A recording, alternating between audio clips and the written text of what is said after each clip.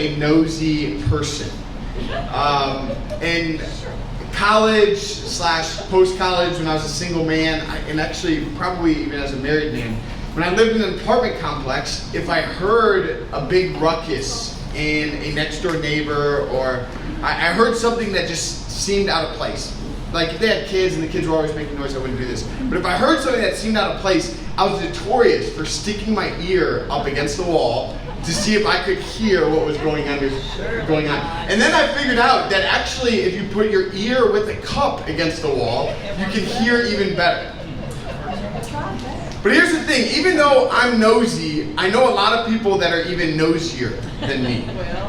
And in some of you, I won't call you out by name, but some of us are nosy. I had a roommate in college that it was after I became a Christian, that if he found your quiet time journal, and in your journal, if your journal did not say, please do not read, he was notorious for picking up your journal and reading things that were intended only for you and God. And you talk about being afraid of somebody being bipolar, you read their quiet time journal. It's a bit of a scary thing, but my roommate was notorious for that. You all have actually heard him preach before, so you can deduce to who you think it might have been. But some of us, right, we read our children's diaries growing up. We found them. Will doesn't have a child. He can't read his child's diary. But we read diaries. Or if we see a police car or a fire truck down the street, we can't help but come out of our out of our houses and kind of see. Or we're driving in a car, right? And this is how I know you're all nosy to some capacity. Because when we're driving in a car and there's a bunch of lights, what happens to traffic? It goes slow. Why? Everybody's rubbernecking because they want to know what's going on. To some capacity or another, many of us are rather nosy. And we actually enjoy eavesdropping on one another. Please do not raise your hand, because if you raise your hand to this question, you'll never be invited to anybody's house ever again. But I know there are people that do this.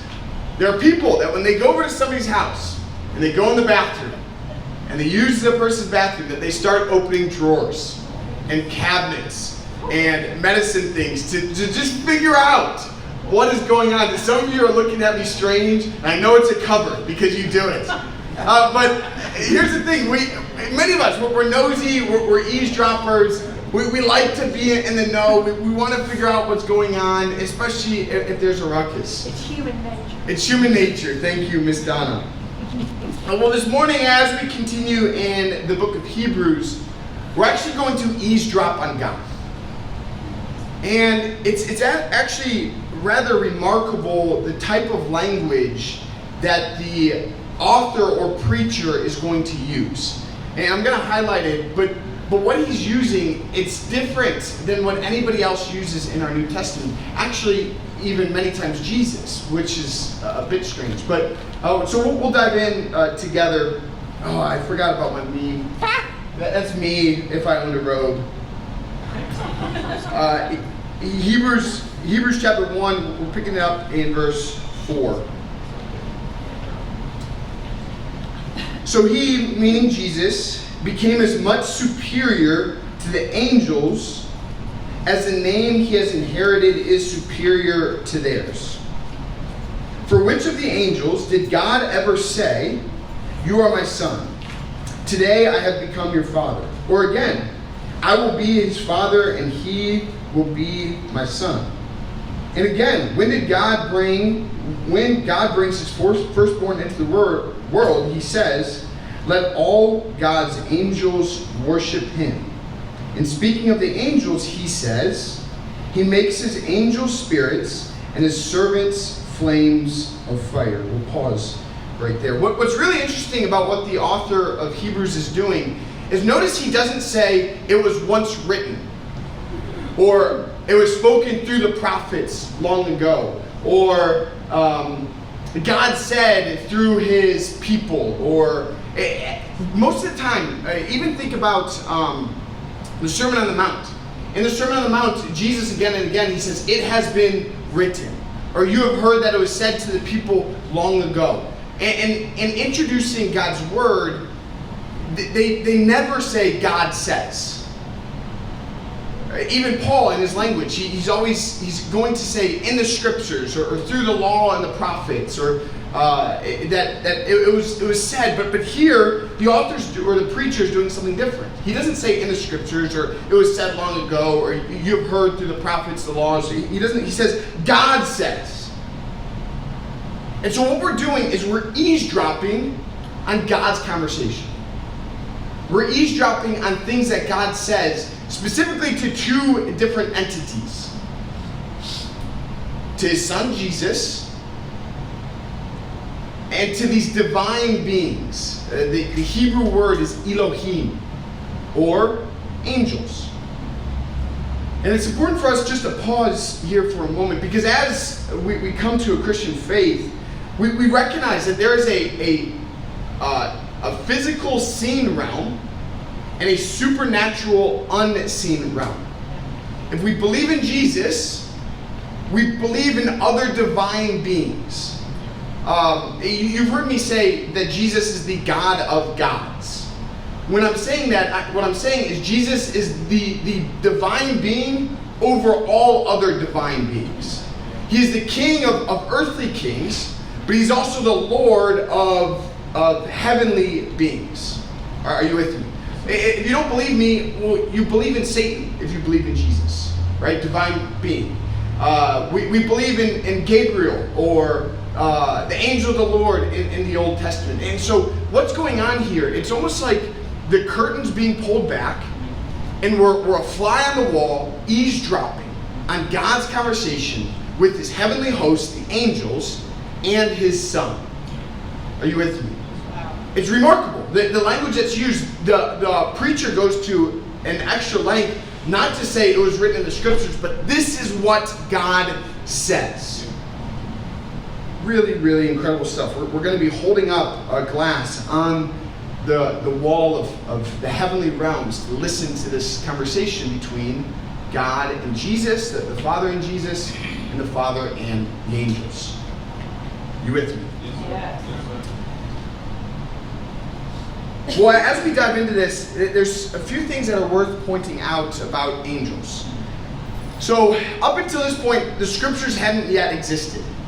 So, what people would do to bring others to faith in Jesus, when they would use scriptures, like we do Bible studies, right? We use the Bible to help people come to faith in Jesus.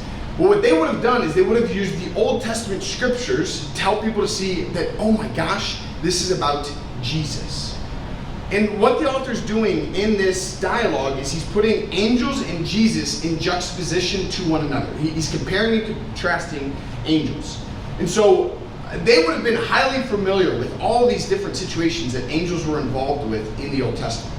And so we're just going to briefly highlight a few of these situations where angels are present to hopefully open our eyes to what they would have understood, what their worldview would have been. And as they come into this conversation that Jesus is having, this would have been the backdrop that they would have understood that conversation. So, the first thing, in terms of angels' participation in our Old Testament, angels pre the birth, death, resurrection of Christ, is one that they were present at creation. Angels were there when God created the earth. Job 34, verse 7. God speaking to Job, he says, "Where were you when I laid the foundations of the earth? Tell me if you understand. Who marked off its dimensions? Surely you know." He's being facetious with Job. "Who stretched a measuring line across it? On what were its footings set? Or who laid its cornerstone? While the morning stars sang together, and all the angels shouted for joy." What Job tells us is that angels were present at creation. The second thing is that angels were notorious for ministering to God's people. So angels are present at creation back in Genesis chapter 1. We don't see angels again until Hagar and Abraham. Hagar, right, is the mother of Ishmael. And an angel actually appears to Hagar. and ministers to her to ease her fears, her insecurity, her bitterness, and to give her purpose and mission. Three angels appear to Abraham himself, right? When he hosts them and doesn't realize that he's hosting angels. We see angels rescue God's people. Genesis chapter 19. Angels come in. Two angels come into Sodom and Gomorrah. And who do they rescue? Lot. They rescue Lot from wicked corruption. And actually, Lot has this great fear and reverence towards them. But the city, the men in the city want to take the angels for themselves and want to sleep with them. It's disgusting. But we even see this compare and contrast oftentimes when God's people or people that have a healthy understanding of God come face to face with angels, and specifically the angel of the Lord. Their response is reverence and honor and fear and glorification, where people that aren't trying to align themselves with God, it's the complete opposite. And they're going to be on the terrible end of God's judgment because of that. We see God rebuke his people through angels. That's Judges chapter 2. We see them be angels of judge, that they're agents of judgment. Where is it? It's 2 Kings. No. Oh, Exodus 12. Being agents of judgment, right? The Passover. That if they didn't put the blood posts above their doors, that angels came through and wiped out the firstborn of both humans and animals. They're present at the giving of the law on Mount Sinai with Moses. And they possessed an immeasurable power. One angel, the angel of the Lord, kills 185,000 Assyrians in one night. So this is the backdrop of angels. That they were ministers alongside God. They were servants of God. They're agents to God. And they're also angels that worked in opposition to God, that didn't want to exist under his authority. And that's going to be Satan and kind of his minions, his posse. But this is our backdrop of the conversation. Are you with me? So dive with me back into Hebrews chapter 1.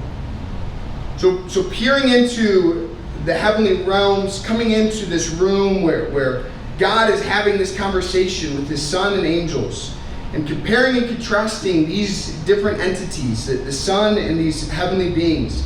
To Jesus, he says, "You are my son. Today I have become your father."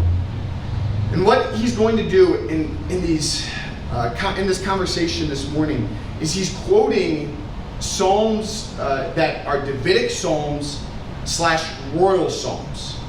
Or he's going to come into David's life and quote from an interaction that God has with David. This is hugely important because when we think about their view of Scripture, what God's promise to David is, "I will establish your throne forever." However, even though that's the promise, it doesn't happen. In 587 BC, first it's the Syrians, right? Then it's the Babylonian Empire come in, wipe out the Israel and Judah empires, right? God's people, and put an end to this bloodline. And so the way Jews understood these royal psalms that were written by David or about David, the way they understood them was that the bloodline of the Messiah would come through David. And so this is a psalm of David in Psalm 2 verse 7 here in verse 5. But they would have understood this as a promise to come. Are you with me? Same thing when speaking of David in 2 Samuel chapter 7, he says, "I will be his father, he will be my son." Here's the broader context of 2 Samuel 7, 13 and 14. And this is David. This is God speaking of David and his bloodline. He says, "He is the one who will build a house for my name. I will establish the throne of his kingdom forever. I will be his father and he will be my son." There's the quote. "But when he does wrong, I will punish him with a rod wielded by men, with floggings inflicted by human hands." So it's this dual purpose in this communication with David. I'm going to establish your throne forever, and his throne's going to continue through his son Solomon. But when Solomon sins and the lineage after him sins, God exercises his judgment and his wrath on David and David's bloodline. However, God still gave David this promise that your throne's going to last forever. So how is it that this promise to David is fulfilled? Well, it's fulfilled through Jesus. It's these royal psalms that are about the bloodline of David. So peering into the heavenly realms, what we see is this conversation between God and Jesus simultaneously saying, man, you are my son, and your throne is going to exist forever. Talk about a cool conversation. It's much better than the conversations I heard in my walls in my apartment. But of the angels, verse 6, one is quoted from Deuteronomy 32, verse 43. It's a song of Moses. It says, let all of God's angels worship the Son. So we see that the angels are inferior to this Son. Though they possess great power, though they are agents of judgment, though they have the authority to rebuke God's people, they are much, much more inferior to the Son. These angels, these heavenly beings, worship the Son. Verse 7, he makes his angel spirits and his servants flames of fire. Again, it's going to be a royal psalm, but this time he's giving them, the angels, their name. They're servants. They're ministers of the Lord. And so he's putting angels in their proper place. He's not devaluing them by any means. I mean, go back and read some of the things that we just looked at about these angels. It's remarkable, it's scary, it's overwhelming. But he's saying, yeah, but all you are agents of mine, servants of mine. There's someone with a name that far surpasses my name. And this is the thrust of this morning's message. Is, yeah, angels are great, but Jesus is infinitely greater. Infinitely greater. And it really is just a continuation of last week's message. And the 7 things we saw about Jesus, right? He's the prophet that reveals God. He's this incredible sacrifice that saves us and purifies us. He's the King of Kings, the Lord of Lords. He is God, and not just God, but the God of gods. And so what he's doing is he's elevating Christ, that Jesus is the greatest, that Jesus is superior, Jesus is supreme. But he continues, and what he does here, man, we just really miss because we don't have the Jewish background and our understanding of these royal psalms. Verse 8, but he says, but about the Son, he says, again, it was written, but he says, we're eavesdropping on God's conversation. He says, your throne, O God, will last forever and ever. A scepter of justice will be the scepter of your kingdom. You have loved righteousness and hated wickedness. Therefore, God, your God, has set you above your companions by anointing you with the oil of joy. Jesus' throne lasts forever. And the throne that he sits on is built upon both justice and righteousness. 2 words that are uniquely used to define the character of God. It's remarkable. It really is. And church, like, this is an opportunity. We're going to take a pretty big step. But anybody who devalues Jesus from God is wrong. They're wrong. And there are plenty of shoot-offs from Christianity that do this. Whether it's Jehovah's Witnesses, whether it's Mormons, which are big denominations that for some reason fall under the umbrella of Christianity, but they devalue Jesus. They separate Jesus from God, and we can't do that. We can't, because the Bible doesn't let us. And so we come face to face with, oh my gosh, like this man who's sitting on God's throne is God. He holds justice and righteousness. He's built on that foundation. But he also says, verse 10, another royal psalm, 102.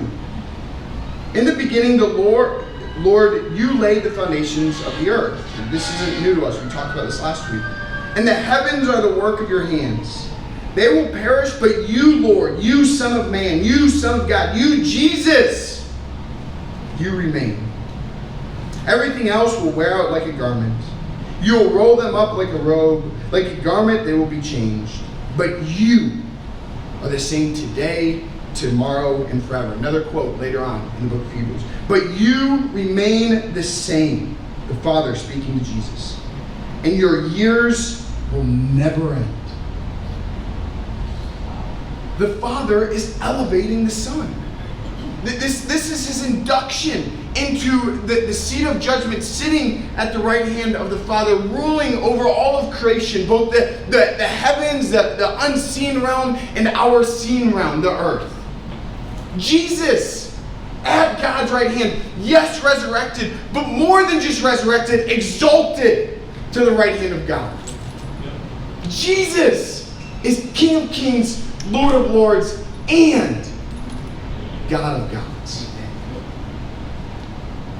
Incredible language. And what's so special is all they're doing is they're helping people understand who Jesus is through the Old Testament. Because God can't lie.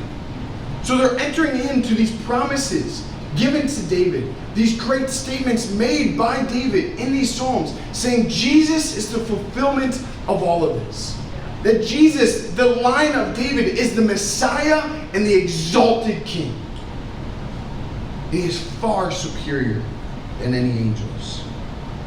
And then going a step further, one of the most quoted Psalms in all of the New Testament, Jesus actually quotes this psalm of himself when he's talking to the Pharisees or the Sadducees, and he says, how is it that the bloodline is supposed to come from David when David himself says, my Lord sit at the Lord's right hand, right? And so right after that, this is that same psalm, Psalm 110, to which the angels did God ever say, sit at my right hand until I make your enemies a footstool for your feet. So it's actually a rather violent image. And it's purposeful. It's not a passive king. Yes, he's the king of peace, but he's also a conquering king. And this is crucially important because of what he says in verse 14, are not all angels ministering spirits, serving spirits, sent to serve those, us, who will inherit salvation? Not at all intending to help us be insecure about salvation, Christians be insecure about salvation, but instead imploring Christians to persevere because Jesus has already won. And we are just waiting for his second coming. All will bow. All will be on their knees because his foot is on the neck of their throats. That's the same thing. I don't know why I just said that.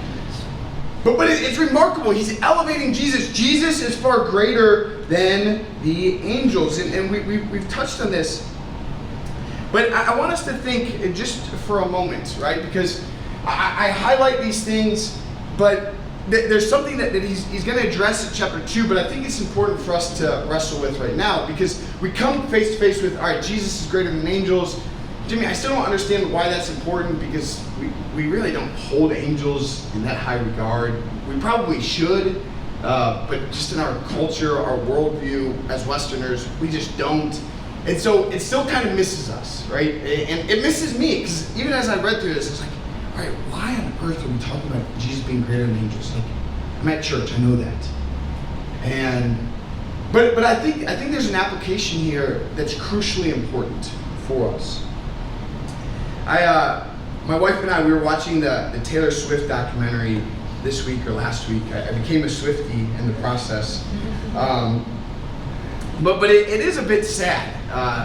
VIPs would come back into a room, I'm assuming it's after the concert, maybe it was before the concert, and you'd see the reverence that they would offer Taylor.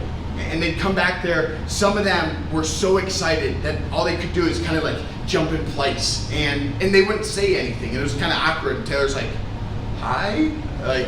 And another person, they come in and just instant tears, and the guy holds his hands, he says, I just want you to be a witness of this. And then he gets down on his knees and proposes to his girlfriend. And I was like, all right, were you more consumed with Taylor or your soon-to-be wife? in that moment.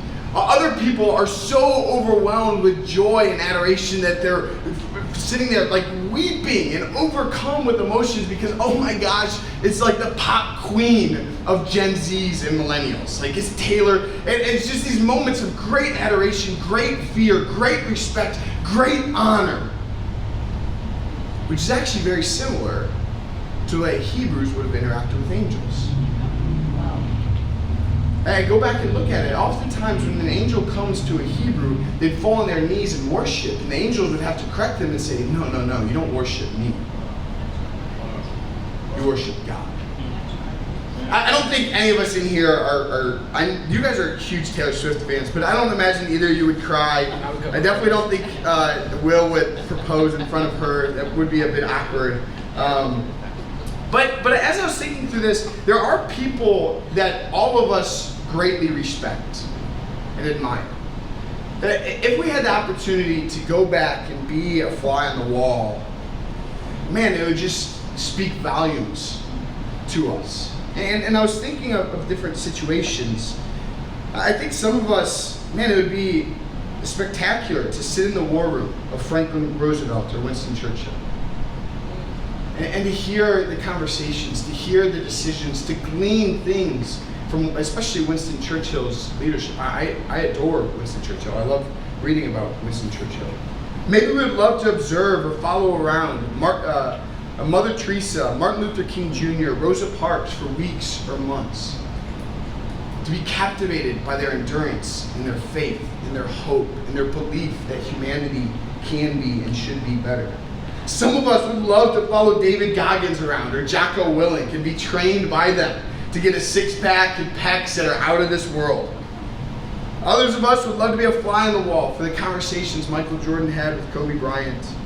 To sit in the room and go on walks with Steve Jobs, Bob Iger, Benjamin Franklin, or Albert Einstein. I did just put Bob Iger in the same category as Benjamin Franklin. Maybe it's to sit on the boat with your ancestors who immigrated here from the United States. Or to hang out with your grandfather again before he passed. Maybe it's to hike the frontier with Daniel Boone or travel to Japan with Phil Knight before he creates Nike. I don't know what it is for you, but I know beyond a shadow of a doubt there are people that you respect and admire. I don't say idolize, because hopefully we only idolize Jesus. Yeah. But I imagine that if you're able to be in those moments, you would hang on to every word that dripped from their mouths. The journal that you carried with you, you would jot down everything you could because you'd want to share it with your children one day. Like you imagine the respect that you would give, the honor, the reverence. You'd be really reluctant to talk because you just want to hear what they have to say. You want to be present in those moments. What do I think we can glean from this morning's message? Is they have the same response to God.